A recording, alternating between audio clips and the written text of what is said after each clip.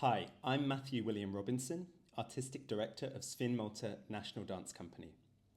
We are thrilled to share Dance Dialogues, a brand new podcast series made on the occasion of our 10th anniversary celebrations.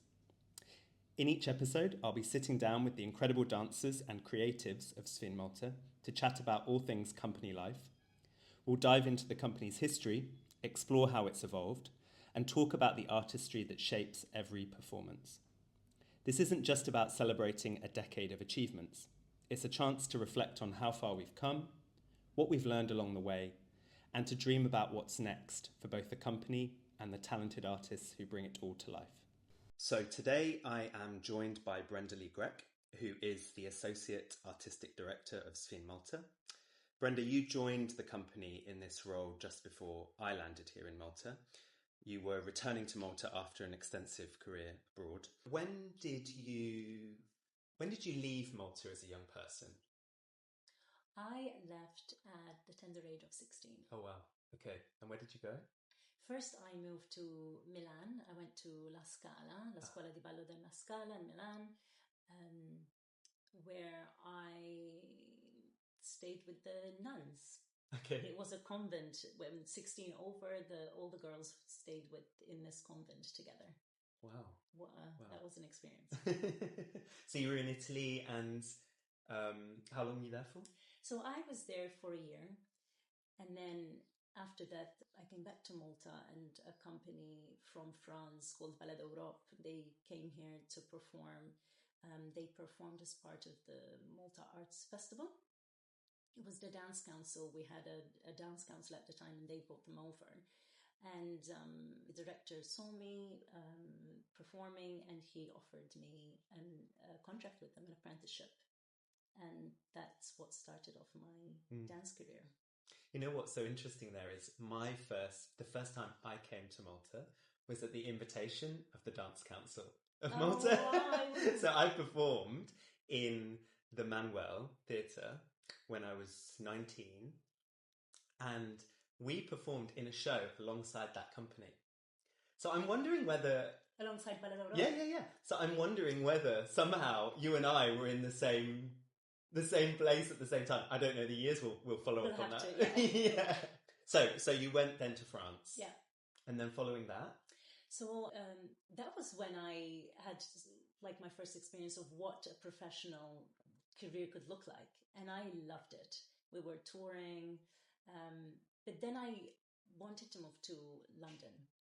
The idea was for me I wanted to do musical theatre.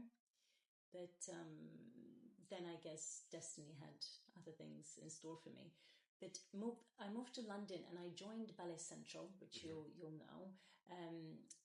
Ballet Central is part of Central School of Ballet, which is a 3-year graduating course. You get a BA at the end. But because of my previous experience, I just did a year with them, and that's where I got my BA in dance and professional performance, which was an incredible achievement for my family. That's ultimately, my parents were like, yes, she's got the BA, she's got a certificate now, and you're good to go. Like, you can do the career you want, you have a BA. Nice. And after a year with Central, then I went and I joined Scottish Ballet 3 weeks after I finished with Central.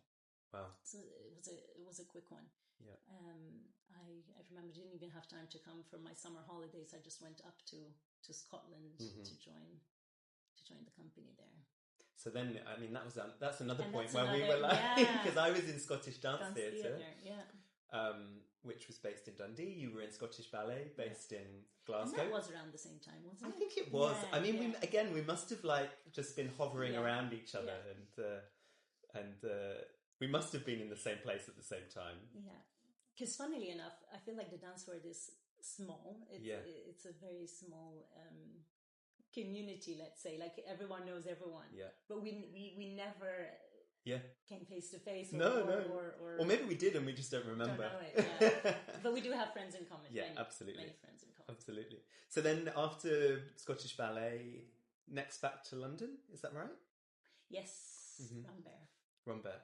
Yeah. Yeah. And you were there with two different artistic directors? Yes, same with Scottish Ballet actually. Uh-huh. I've always experienced, there was always a changeover, Mm-hmm. which is great. I think experiencing different directors, you see the different directions that they've taken the companies. Mm-hmm. And then following Rambert, what came next? So with Drumber, besides working as a dancer for the company, I was very much involved in the education department and outreach work. I also did a lot of mentoring with DCD, which is Dancers Career Development. It's an organization in the UK to support professional dancers in their post-performance career. Did a lot of work on that, and Rumber have been incredible at supporting my development with teaching. They offered us choreographic platforms. Essentially, when I left the company as a dancer, I was invited back to teach Rumber 2, as well as the company. Mm-hmm. And I was doing some freelance work for a short while, and then I joined Punch Drunk, which is an immersive theatre company. Then I came here to work as a rehearsal director. What drew you back to Malta and to this company specifically? So over the last couple of years, I've started having opportunities here on the island. I worked on a couple of different projects, and that's when I started seeing that there is opportunity here and there's growth within the dance sector and the art sectors. So essentially what drew me back was the opportunity for work, and which is, it really fuels my everyday sort of life. I really enjoy what I do, and I'm very passionate about dance, and seeing that there is this possibility to keep on growing within my career. I felt that a strong pull to come back to the island, share the experience that I have had abroad, give back. I think as someone who is Maltese and have had that experience abroad, it's a great gift to share that and to help facilitate the change that I want to see on the island.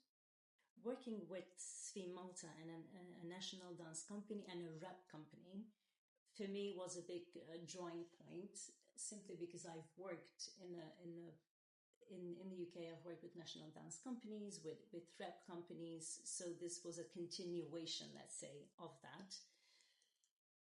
A repertoire dance company is a very specific environment to work in. We work with a number of different choreographers and different movement languages, and having had that experience abroad, it felt like the right space for me to work in and to thrive in as well, and to pass on to the dancers some of that of which I've experienced. So coming back to Malta was also coming home. So it was coming back to your country, and I guess, me being new to Malta, I can see the incredible landscape, the nature, the architecture, this beautiful cultural scene that we're part of. It really is. I leave my apartment every day and I think, like, wow. And I guess where my thought is going is that you are coming back to a place where you now have an opportunity to feed into that incredible cultural landscape. Essentially, this to me feels like a huge responsibility, but also a golden opportunity where I can help shape and actualize the dreams that I essentially had growing up and wanted to see within our country. And the main thing is to give back, really, to give back to the community that has given me so much. I think something we share as well is about growing an appreciation of the art form, growing audiences. I guess that means growing how many people see this company, how many people feel welcomed in and can appreciate the work that we do day in, day out. I know we both share that ambition that in a way our work can build on the incredible legacy that we're standing on. and have even greater cultural impact in this place through the work we do.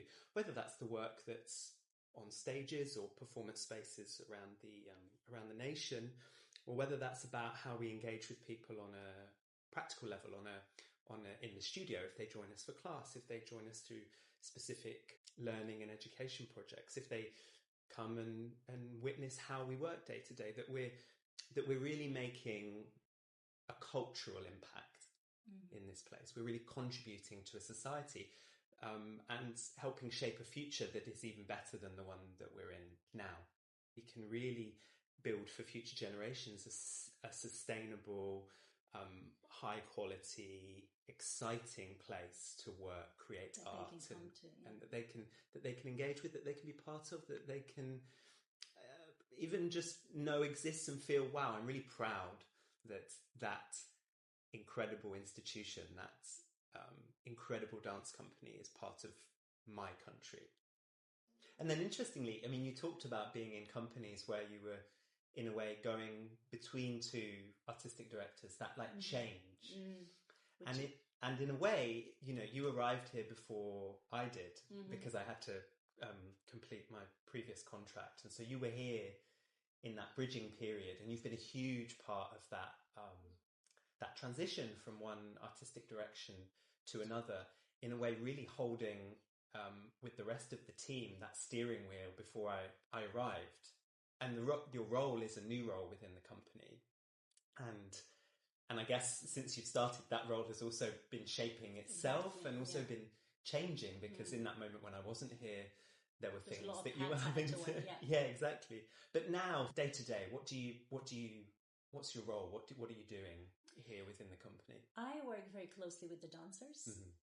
I prepare their schedules, anything that we need to rehearse. So I liaise as well with the choreographers that come in. I make sure that we know exactly what we're going to be doing on a day-to-day basis, so that we're nice and ready for our performances. I liaise with costume designers, with the production team, to facilitate everything that essentially anything and everything that goes behind the scenes and into making a production happen. Yeah, you're really somehow, I would say it's like glue. You're like, you're between things a lot of the time. You're bringing the planning and the production together. And I mean, I always say to you, like, you know, the studio or the stage is like, that's like your zone, like you run it. And you do, you act in a way to bring all those things together, and also, you know, you're the key person that works with the choreographers when they're here day to day to bring those works to life with them. So you're a big people person, I guess, in the end, in this company. You're really working between people. And as we were saying the other day, you have to manage so many emotions that, because creating a piece of work is a very stressful time, I guess, for choreographers. It's you're putting yourself out there. So how can you support them, support the dancers, make sure that everyone is nice and happy with what we're producing, and how can you achieve excellence within that? Because as a rap company, we're constantly going from one, I call it movement language, into the next, and that's a huge challenge for the dancers as well, to expand themselves in all these different shapes and directions that choreographers are wanting to get out of them. And so, for example, class planning is a big part of that. What do they need for their warm-up? One thing that I've been really proud of and happy was to bring back physiotherapy for the dancers, because it's such an essential part of recovery. It's such an essential part of what we need as dancers to keep us going. Yeah, and I know that the kind of shaping of their training and the conditions they're working in is something that you're really passionate about, and we're together continuing to look at what do people what do these dancers, what do these artists need? Yeah. And especially when under my direction, we're bringing in work that asks lots of different things of the dancers, lots of different Correct. physical languages that they're working with, different demands on their bodies. How does, it will be an ongoing question for us, how does the training support Prepare them for that? Yeah. And I find that a really exciting question for us to be answering together. For sure. And also, because obviously we all have we both have most of our career essentially in the UK, and we have incredible examples to follow from or continue on from. But in the conversations that we have, we're always trying to push boundaries and see what else we can bring, and how can we elevate this art form and best support the machine, which is the artists, that the dancers that make everything happen. Absolutely. And I know you just made me think then, saying that we talk about growing the company, but I think part of growing is also changing. And so how are we adapting, I guess, is a really exciting way to think about it, to not just what we need internally, but how as a company are we adapting to the world that we're part of? How are we shifting and asking questions of things that sometimes you sometimes take for granted. You're like, oh, well, it's just like that. But I feel why? together Yeah. that why is a really exciting question, and to have that kind of curiosity hanging over. And just because something has been done in that way for such a long time, do we have to stick to that, or how can we push that? And even, I think, I don't know about you, but I find I have to also question myself, because I have to go, when I go to myself, well, that's how it's done. I go, well, why? Yeah. and can we? Of course, some things just work, but I think it's especially because the world is changing so fast. Everything is shifting. So that word curiosity, and that's what I love about working together, is that I feel we share that. We share that curiosity about what could this be? Where could this go? And so growth is not just linear, it's not just up, it's about, in a way, it's like a web, it's a spider web, it's like growing out and shifting and changing. And I feel like we both have that patience and almost kindness towards one another of in terms of, okay, let's try this, and we're aware that this might also shift and change, and it might not be the be all and end all. That might, we're trying things. We're and sometimes things don't work. And to embrace that sometimes things fail. And you have to deal with the consequences of things not quite working sometimes, but to not remain static and to not get stale feels like a really important thing. And a really important thing as a national company to be doing is to take a risk. Let's see. And when it doesn't work, we'll figure it out. But let's go for it. How do you feel that the dance scene and the perception or appreciation of dance in Malta has changed since you first left the island? I'm thinking about career opportunities and also the wider arts culture. So for context, I left Malta at a time where we didn't have laptops, we didn't have mobile phones. Dance was very much regarded as a hobby. There wasn't much encouragement in terms of pursuing a career in dance. We didn't necessarily understand what a career in dance might look like.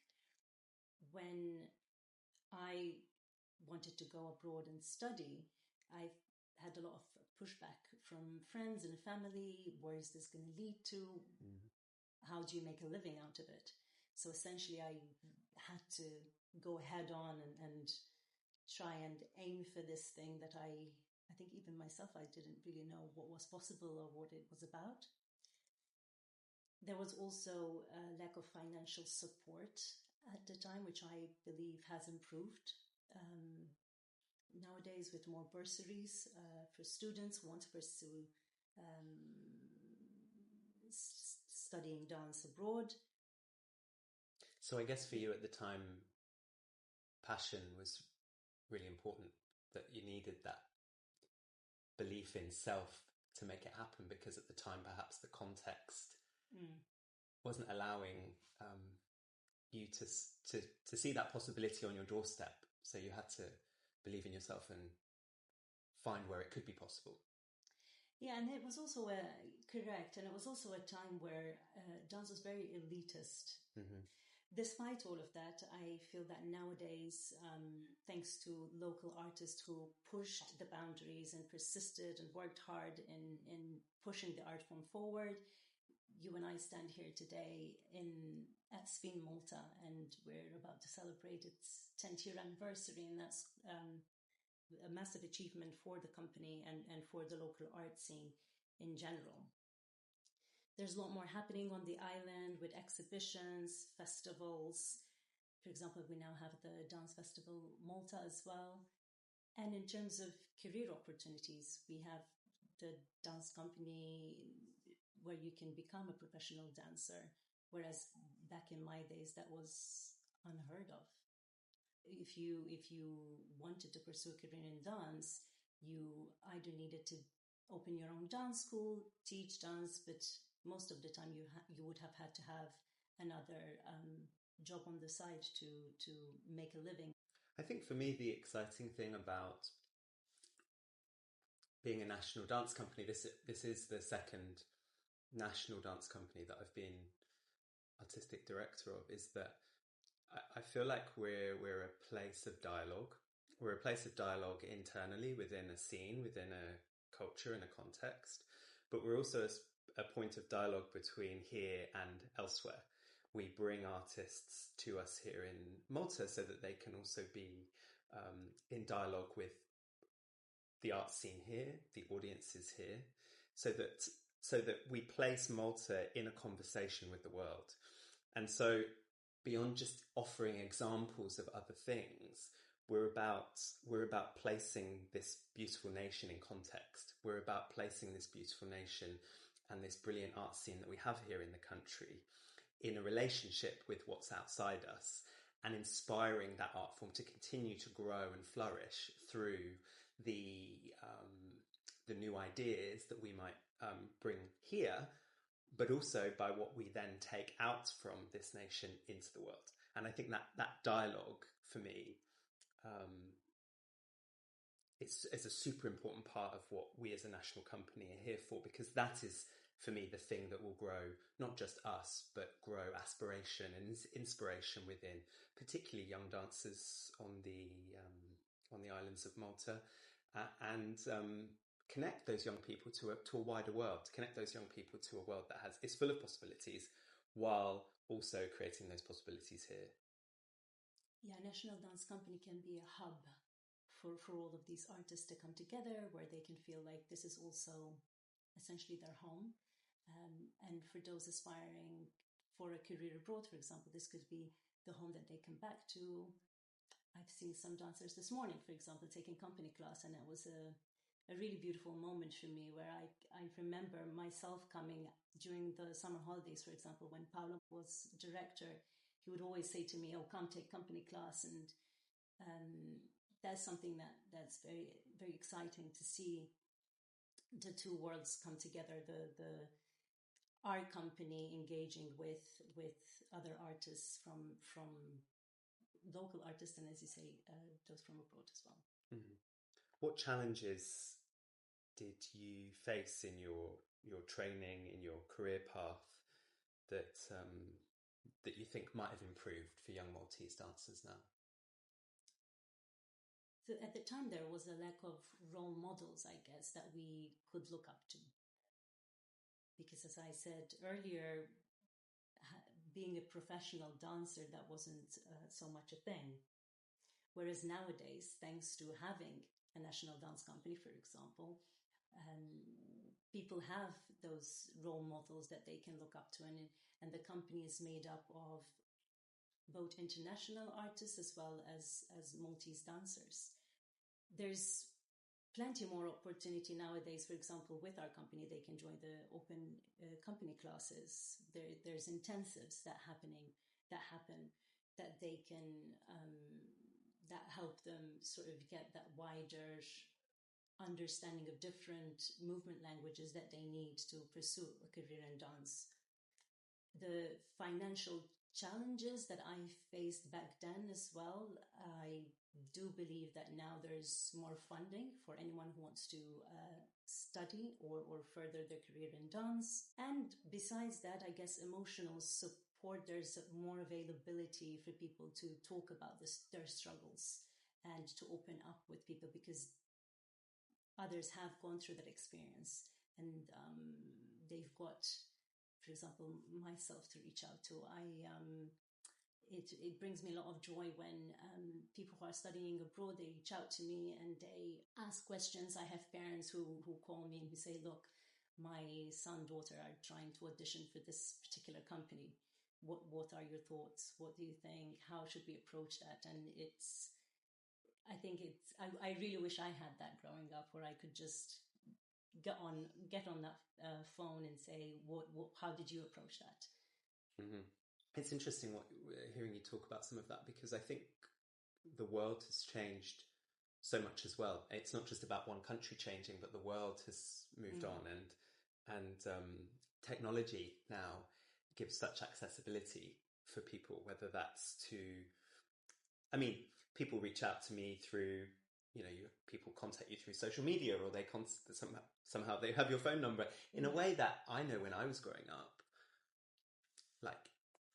you felt so I grew up in a small rural place, felt so isolated from that kind of support. But now, it's exciting, I think, that young dancers can go online and they can be inspired by companies from all over the world. The information is accessible. I remember I didn't have much to how do you find out about companies abroad? Yeah. I remember I had this leaflet of Rumber Dance Company, and I was like, wow, that's it's too big of a dream. And then eventually I did somehow make it in. Yeah. And it was just, we didn't have much understanding of the outside world beyond our little towns. Yeah, absolutely. Because I think sometimes, we're all looking for our place to belong in a way. We're all looking, if it's like the human search, like where do I land? And I think at that time, I know for myself as a young dancer, the only examples I had were the things that I literally saw live. And sometimes I felt like that's for me, and sometimes I thought that's not for me. But the company I first started working in when I was 17, I didn't even know it existed. It's like but now I think that, I'm not a young person anymore. I'm not in people's shoes, but they can go online and they can see that's not for me, but there's that thing over there and that could be for me. And we've got more festivals, for example, happening on the island. And so with these invited guests, you don't necessarily need to go abroad to see world-class productions. But you can be here at home in Malta and have that at your doorstep. And I think that's certainly something that, since I've been back, I've really enjoyed, where there's actually so much to see. Every weekend there's something happening, and it's really exciting. Yeah. So you mentioned about people that reach out to you. I'm curious now, what advice would you give those young Maltese dancers that are aspiring for an international career, or even, a career here at home? I'll start by saying that it's really hard, and that you need to be mentally ready for this challenge.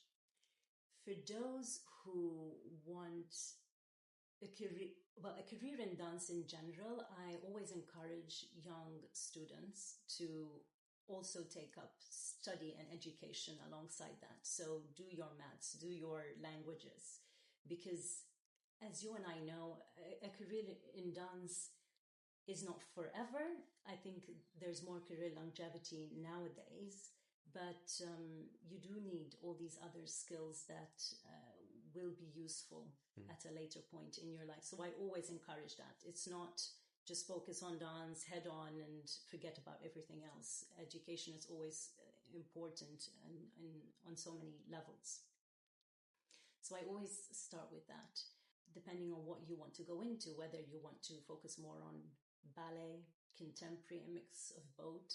I also, I really do believe in versatility. I think the more versatile you are, the more job opportunities hopefully you can get.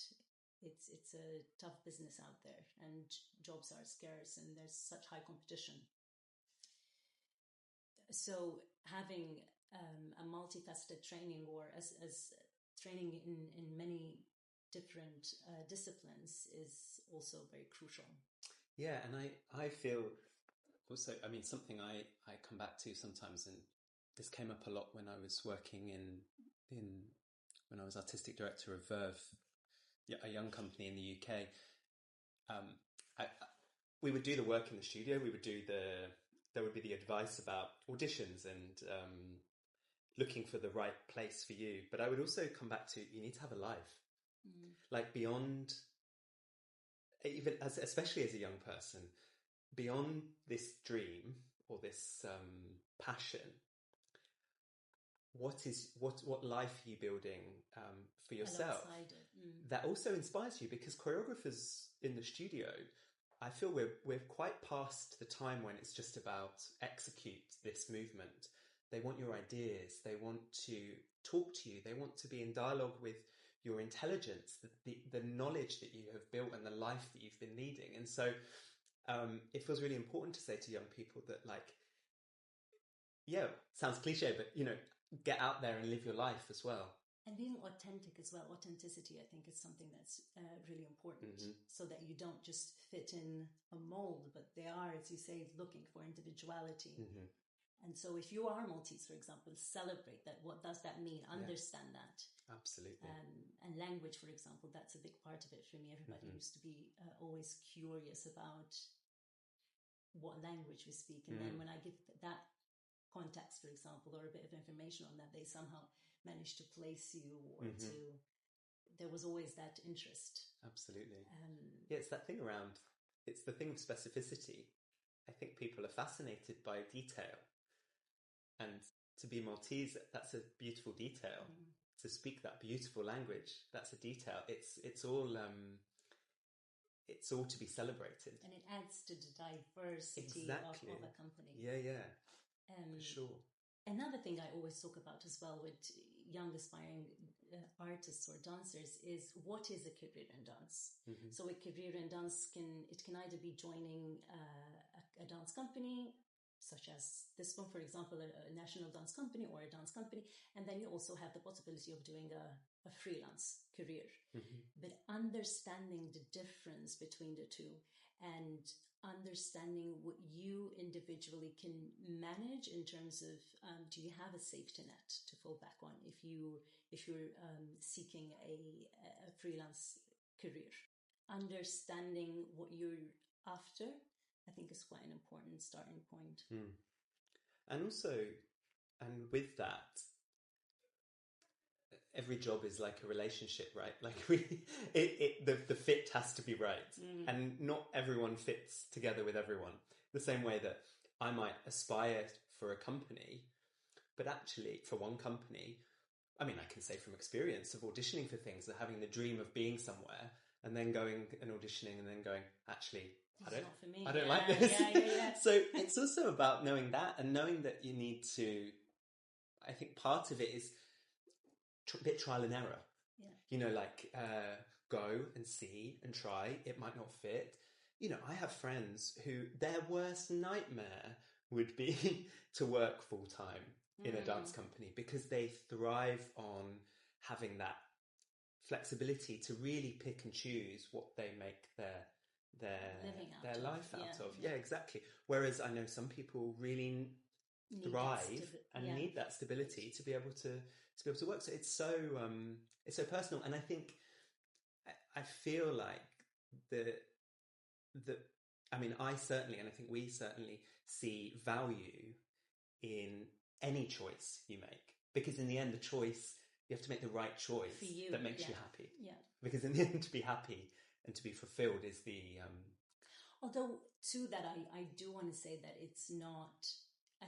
It is a job at the end of the day, and you do have to make those sacrifices, and it's not always going to be this, for example, dream of being a full-time dancer, and then that it's always amazing and fun. There's a lot of hard work behind it, and sometimes you do end up having to do that job that's not necessarily aligning with what you want, but you need the income. And with freelancing, it takes understanding that it takes time to build that network, essentially, which is what you need to thrive in the freelance sector. Yeah. I guess what I'm thinking is prestige doesn't mean happiness. Just because something's big doesn't mean it's going to fulfill you. So like seek the things that works for you. That works. Yeah.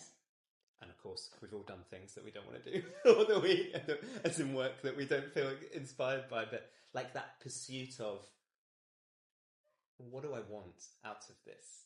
What do I want? I think was super important to me, because especially as a young person, I think the things I aspired to at the time, now I go, Matthew, come on. That would not have that would not have made you happy. I know that now. But being as a young person, thinking about advice, I guess I would give people is just be broad in what you're looking for. Think broadly about what you're looking for. Know that not everything will work for you, and look for what will make you happy or what will fulfill you, knowing that, as you say, along the way in your career, you're going to end up doing some things you don't want to do.